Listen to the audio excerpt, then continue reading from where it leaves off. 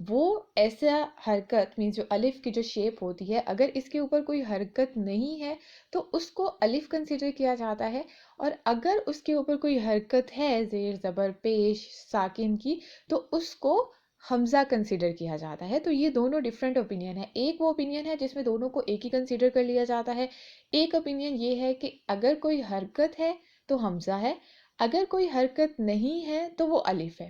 اس کی ایگزامپلس کیا ہیں؟ جیسے ہم بولتے ہیں بہت سے ورڈز ہم بولتے ہیں، جیسے ہم بولتے ہیں انسانن۔ اب انسانن کا جب ہم ورڈ بولتے ہیں تو اس میں دیکھیں جو سٹارٹ میں سب سے پہلے جو الف والی شیپ آ رہی ہے اس کے اوپر حرکت ہے، بالکل اس کے نیچے زیر آ رہی ہے، کسرہ ہے، تو یہ کیا ہوگا؟ الف ہوگا یا حمزہ ہوگا؟ اگر ہم سیکنڈ اوپینین کے ساتھ جائیں جس میں الف اور حمزہ کو الگ الگ کہتے ہیں تو کیا ہوگا؟ یہ الف ہے یا حمزہ ہے؟ حمزہ ہے، کیونکہ اس کے اوپر حرکت آ گئی ہے۔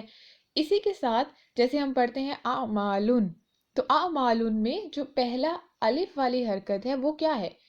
کیا وہ الف ہے یا حمزہ ہے؟ obviously حمزہ ہے کیونکہ اس کے اوپر حرکت ہے۔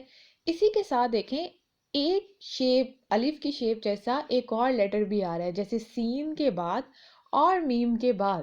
انسانن میں اگر ہم دیکھیں تو سین کے بعد ایک ویسی ہی شیپ کی ہمیں الف مل رہی ہے، اور اگر ہم اعمالن میں دیکھیں تو میم کے بعد ایک شیپ مل رہی ہے، تو پھر اس کو کیا کہیں گے؟ اس کو ہم کہیں گے یہ الف ہے۔ تو یہ چھوٹا سا ڈفرینس ہے الف اور حمزہ کا۔ حمزہ جس کے اوپر کوئی حرکت آ جائے اس کو حمزہ بولتے ہیں، اور جس کے اوپر کوئی حرکت نہیں ہے ہم اس کو سمپل الف بول دیتے ہیں۔ اب حرکات جو ہیں وہ ہم کیسے ڈیفائن کریں گے کہ کون سی حرکت ہے یا کیسی ہے؟ کیونکہ ابھی تک ہمارے پریویس نالج کے مطابق جو ہم بچپن سے اعراب لگاتے آ رہے ہیں وہ تو ہم حرکات ہی ہوتی تھی، تو حرکات اور اعراب میں ڈفرینس ہوتا ہے۔ حرکات وہ ہیں جو کہ ہم کامنلی یوز کرتے ہیں، جیسے فتحہ ہے، دمہ ہے، کسرہ ہے، زیر زبر پیش جن کو بولا جاتا ہے، ساکن ہے، اسی طرح سے دو پیش کی ہے، تو یہ ساری حرکات ہیں۔ اسی کے ساتھ اعراب کیا ہوگا؟ اعراب اسپیشلی جو کہ لفظ کی آخری حرکت ہوتی ہے اس کو اعراب بولا جاتا ہے۔ تو یہ چیز یاد رکھنی ہے، یہ آگے اعراب کے ٹاپک میں ہمیں بہت مدد دے گی۔ تو اگر ابھی آپ کو یہ بات یاد ہو گئی تو تب آپ کے لیے مشکل نہیں ہوگا وہ ٹاپک سمجھنا۔ جیسے ہم نے دو ایگزامپلس کی بات کی، انسانن اور اعمالن۔ اگر آپ سے کہا جائے اس میں اعراب کیا ہے تو کیا پہچاننا مشکل ہوگا؟ اگر آپ سے کہا جائے ابھی تک پریویس نالج کے مطابق ہمیں کوئی کہے اعراب کیا ہے تو ہم کہیں گے الف کے نیچے کسرہ ہے، نون کے اوپر ساکن ہے، سین کے اوپر زبر ہے، اور نون کے اوپر تنوین ہے، دو پیش ہیں۔ تو ہمارے پریویس نالج کے مطابق تو یہ ہمارا ہوا نا اس کا آنسر۔ لیکن دیکھیں کبھی کبھار زندگی میں ہم بہت سی چیزیں ایسی لرن کر لیتے ہیں جو کہ صحیح نہیں ہوتی، ہمیں اس وقت میں پتہ نہیں ہوتا کہ یہ صحیح ہے یا غلط ہے، لیکن جب صحیح بات ہمیں پتہ چل جائے تو پھر ہمیں کیا کرنا چاہیے اور ہمیں کیا کرنا ہوگا آگے بھی زندگی میں؟ ہمیں ان چیزوں کو ان لرن کر دینا ہے۔ جو چیزیں ہم نے سیکھ لی تھی ہم نے ان کو جو ہے وہ ان لرن کر کے جو صحیح چیزیں ہیں ان کو دوبارہ سے ری لرن کرنا ہے۔ تو یہ چیز جو ہے وہ زندگی میں اپنے ساتھ رکھ لیں۔ بہت سے لوگ جو ہیں وہ اسی چیز میں کنفیوز ہو جاتے ہیں کہ نہیں ہمارے بڑوں نے یہ کہا تھا تو یہ تو ٹھیک ہے، اب یہ غلط کیسے ہو سکتا ہے؟ بہت سی چیزیں غلط ہو سکتی ہیں، ہم انسان ہیں، ہم سے غلطیاں ہو جاتی ہیں، کبھی کبھار ہمیں دوسرے کی بات سمجھنے میں غلطی ہو جاتی ہے، کبھی کبھار صحیح بات جو ہے کرنے والا صحیح بات کر رہا ہوتا ہے، جو ہم سمجھ رہے ہوتے ہیں یا جو ہم علم حاصل کر رہے ہوتے ہیں وہ کہیں نہ کہیں ہماری سوچ کے اندر غلط ہو جاتا ہے۔ تو یہ چیز سمجھنی ہے کہ لرن کرنا جو ہے فرسٹ ٹائم جو ہے نا، اگر ہمیں کچھ بھی نہیں پتا تو فرسٹ ٹائم اگر کسی کو بتایا کہ اعراب جو ہے وہ آخری حرکت ہے وہ بہت آسانی سے یاد کر لے۔ اب وہ انسان جس کو پہلے سے کچھ پتا ہے کہ اعراب تو یہ ہم نے پڑھا تھا، اس کے لیے یہ چیز مشکل ہوتی ہے کہ اوہو یہ پہلے کی ایک اوپینین بنی ہوئی ہو، کچھ لرن کیا ہوا ہو تو پھر اس کو کیا کرنا ہے؟ ان لرن کر دینا ہے، سمپل۔ زندگی بہت آسان ہے، اس کو آسان ہی بنائیے۔ تو اعراب کیا ہوگا؟ سمپل اگر آپ سے پوچھا جائے کہ انسانن یا اعمالن میں اعراب کیا ہے تو نون کے اوپر جو تنوین ہے اور لام کے اوپر جو تنوین ہے وہ اس کا اعراب ہے، مینز اس کے اوپر جو دو پیش کی تنوین آ رہی ہے وہ اس کا اعراب ہے۔ تو بہت سمپل سا آنسر ہے، اتنا کمپلیکیٹڈ نہیں ہے، نہ ہی ہم نے اتنا سوچنا ہے۔ تو اب یاد رہے گا نا کہ اعراب کیا ہوتا ہے؟ لفظ کی آخری حرکت کو اعراب بولا جاتا ہے۔ اوکے، اب آتے ہیں ہم آج کے ٹاپک کی طرف۔ پچھلی کچھ باتیں ہو گئیں، کچھ نئے کانسیپٹس کو بھی سیکھ لیا۔ وسعت، وسعت کیا ہوتی ہے؟ ہم نے 2 چیزیں پڑھی تھی اس کے بارے میں، معرفہ یا پھر نکرہ، مینس کوئی اسم جو ہے، کوئی ناؤن جو ہے وہ پراپر ناؤن ہے یا کامن ناؤن ہے. کیسے پتہ چلے گا کہ کوئی اسم جو ہے وہ پراپر ناؤن ہے یا کامن ناؤن ہے؟ اسم کی ہم نے کچھ پہچان پڑھی تھی. 2 پہچان اس میں سے ایسی تھی. ایک میں ہم نے پڑھا الف لام، اور دوسری پہچان میں ہم نے پڑھا کہ تنوین ہوگی لفظ کے آخر میں. تو لفظ کے آخر میں تنوین ہوگی تو وہ کیا ہوگا؟ وہ معرفہ ہے یا نکرہ ہے؟ تو بہت آسان پہچان ہے کہ وہ اسم جس کے آخر میں تنوین مل رہی ہے، چاہے وہ 2 پیش ہے، 2 زبر ہے یا 2 زیر ہے، کوئی بھی تنوین مل رہی ہے، ضمتین ہے، فتحتین ہے، کسرتین ہے، اس کو کیا ہم نے بولنا ہے کہ یہ نکرہ ہے. جیسے انسان، اعمال، کتاب. اچھا، ایک آگے لفظ آپ کے سامنے لکھا ہوا آ رہا ہے زیدن. تو اگر ہم زیدن کی بات کریں تو تنوین تو اس کے اوپر بھی ہے، تو کیا ہم اس کو نکرہ بولیں گے یا نہیں بولیں گے؟ سوال یہاں پہ ہے. تو ہم اس کو نکرہ نہیں کہیں گے. کیوں بھائی؟ ابھی تو آپ نے بولا ہے کہ یہ تنوین ہوگی اور تنوین کی وجہ سے اسم جو ہے وہ نکرہ ہو جائے گا. ابھی آپ جو ہے وہ کہہ رہی ہیں ایسا نہیں ہوگا، تو اس کا بھی ایک رول ہے. نکرہ کی سمپل پہچان کیا ہے؟ لفظ کے آخر میں، اسم کے آخر میں تنوین ہوگی. تنوین سے ہمیں پہلی تو پہچان ہو جائے کہ یہ اسم ہے، اور دوسرا یہ کہ یہ نکرہ ہے. تنوین کوئی بھی ہو سکتی ہے، 2 پیش کی، 2 زبر، 2 زیر، کوئی بھی. اب زیدن جو ہے وہ کیوں نہیں ہے بھائی؟ وہ نکرہ کیوں نہیں ہے؟ تنوین تو اس کے اینڈ میں بھی آ رہی ہے. تو یہ معرفہ ہے. معرفہ کی کون سی کیٹیگریز میں آتا ہے؟ معرفہ کی پہچان کی 7 کیٹیگریز ہیں. اگر یہ 7 چیزیں آپ سمجھ لیتے ہیں نا، دیکھیں، ایک چیز ہوتی ہے براڈر، مینس ایک چیز ہوتی ہے جو بڑی ہوتی ہے. نکرہ کی ہم نے پہچان کر لی کہ اس کے اینڈ میں جو ہے وہ تنوین آئے گی. اب تنوین کے علاوہ اور بہت سارے اسما آتے ہیں، تو ہمیں کیسے پہچان ہوگی کہ اب کون سا معرفہ ہے؟ کیا ہم سب کو معرفہ بول دیں گے؟ کیسے؟ کبھی تو ایسا ہوتا ہے کہ کبھی تنوین بھی نہیں ہوتی اسما کے اوپر، تو پھر ہم کیا کریں گے؟ تو نکرہ کے لیے تو ہم نے ایک چھوٹی سی پہچان دیکھ لی. اس کے بعد باقی جو 7 کیٹیگریز ہیں وہ معرفہ کی ہیں. اگر ہم معرفہ کو یاد کر لیتے ہیں تو پہچان کبھی بھی مشکل نہیں ہوگی. کبھی بھی کوئی بھی اسم جو ہے قرآن میں آپ سمجھتے ہیں، آپ آیت کے اندر جو ہے کبھی بھی تحلیل کر رہے ہیں، ترکیب کر رہے ہیں، تو آپ کو فوراً سے کلک کر جائے گا کہ یہ معرفہ ہے یا نکرہ ہے. پہلی اس کی ٹائپ کیا ہے؟ اسم علم. اسم علم کیا ہوتا ہے؟ جیسے ابھی ہم نے بات کی کہ زیدن جو ہے وہ نکرہ نہیں ہے بلکہ وہ معرفہ ہے. تو اب آپ کو سمجھ آ گیا یہ کیوں معرفہ ہے. کیونکہ یہ کسی کا نام ہے. تو جو کسی کا ذاتی نام ہوتا ہے، چاہے وہ کسی انسان کا ہے، کسی چیز کا ہے، کسی بھی جگہ کا ذاتی نام ہے، جو کہ ذاتی نام ہوتا ہے نا، انسان کا پرسنل نیم ہوتا ہے، جو اس کی آئیڈینٹی ہوتا ہے، اس کی پہچان ہوتا ہے، تو وہ نام جو ہے اس نام کی ہم بات کر رہے ہیں. اگر کسی کی کوئی نک نیم رکھے ہوئے ہیں 10-12 تو ہم ان کی بات نہیں کر رہے. کوئی کہے کہ او ہو یہ بھی تو میرے ذاتی نام ہے، نہیں.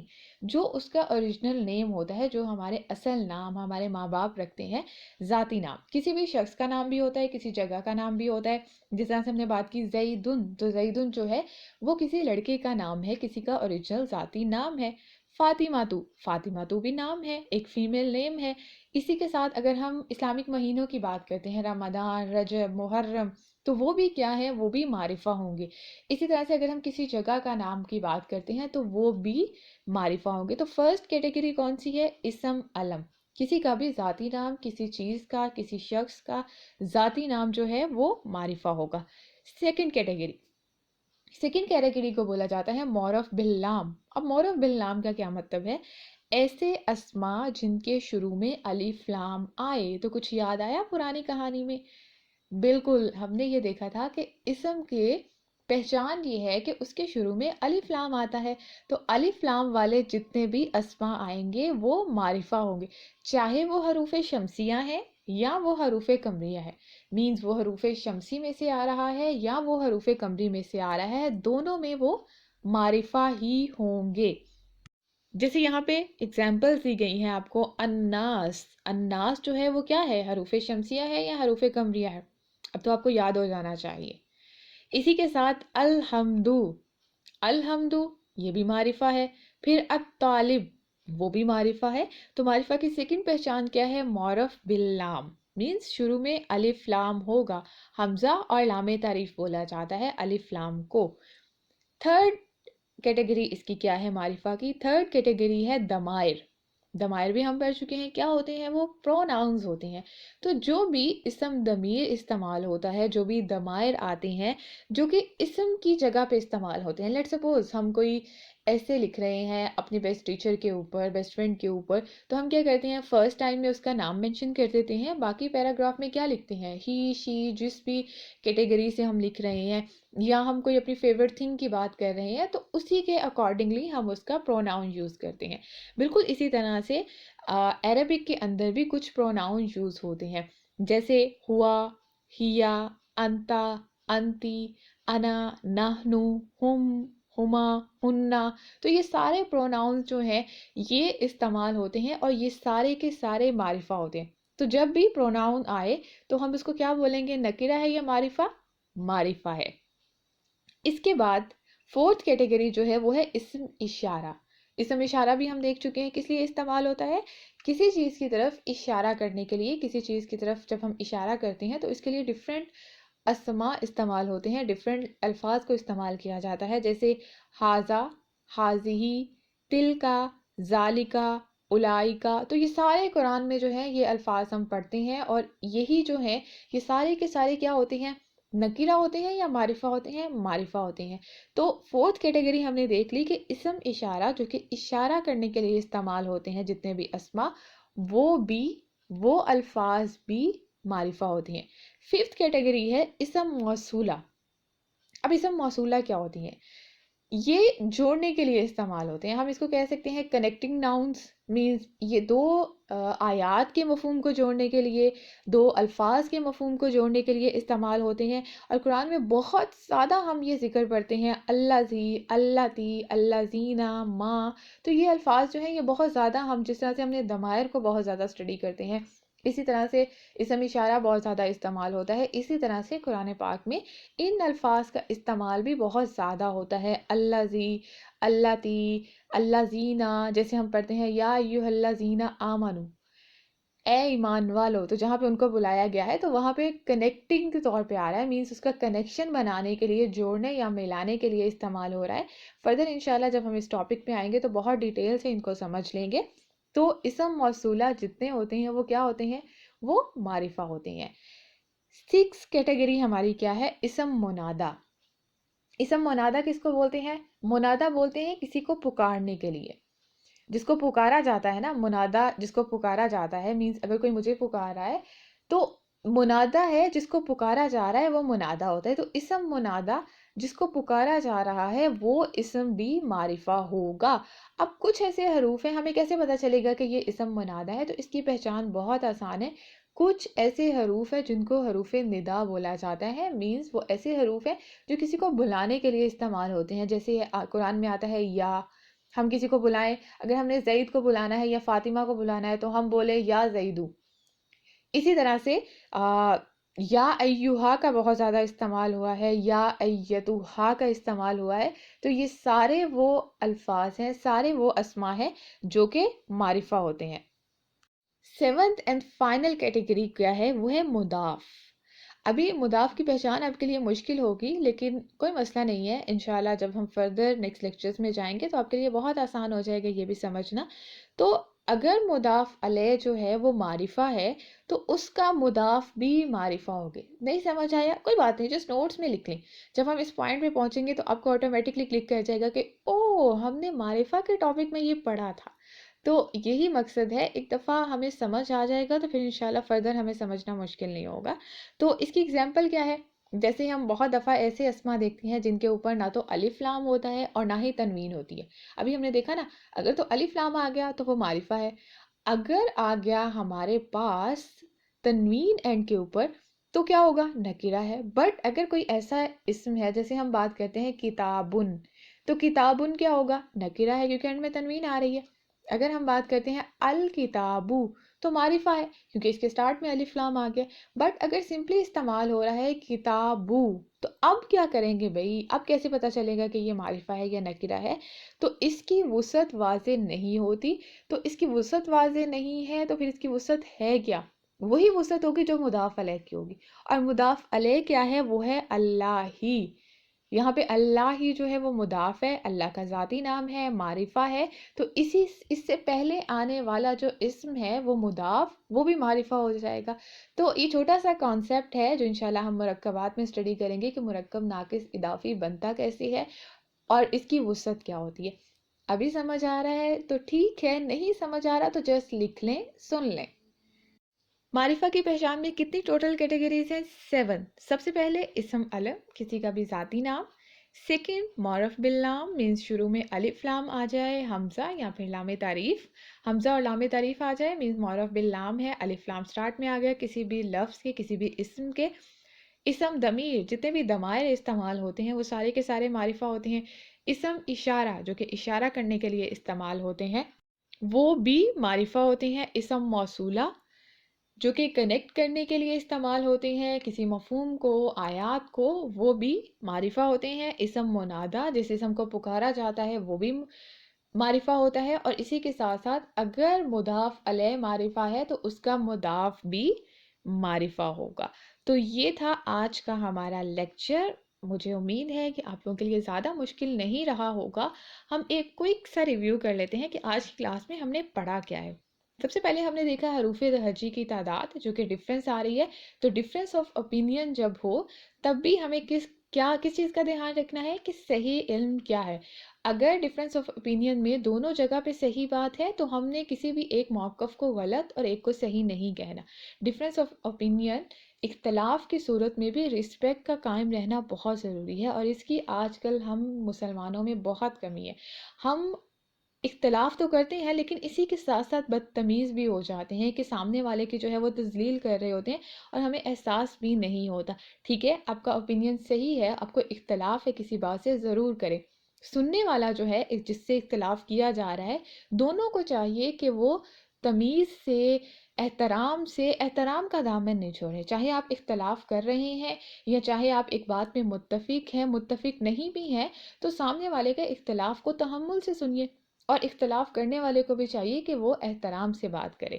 تو حروف تہجی کی تعداد، اس میں ڈفرینس آ سکتا ہے، 28 یا 29 ہو سکتے ہیں۔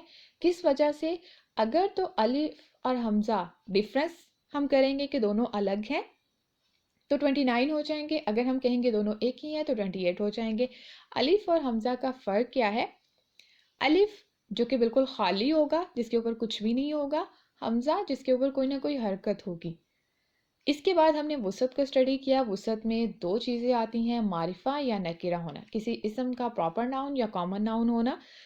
نکرہ کی پہچان کیا ہے؟ اس کے اینڈ میں تنوین آئے گی، اور معرفہ کی پہچان کیا ہے؟ وہ 7 کیٹیگریز جو ہم پڑھ چکے ہیں، وہ 7 کی 7 اگر ہمیں یاد ہو جاتی ہیں، ایک دن میں یاد نہیں ہوتی کوئی بات نہیں، 1 بائی 1 ایک دن میں ایک کریں، دوسرے دن میں دوسری کریں، تیسرے دن میں تیسری کریں، اس طرح سے ہوگا یہ کہ ایک تو ہمیں اچھے سے یاد ہوگی، اور دوسرا ہمارے اوپر کوئی برڈن بھی نہیں ہوگا کہ اوہ ہو اتنا لمبا لیکچر، اتنا مشکل لیکچر نہیں ہوگا، آسانی سے آپ سب کچھ یاد کر لیں گی۔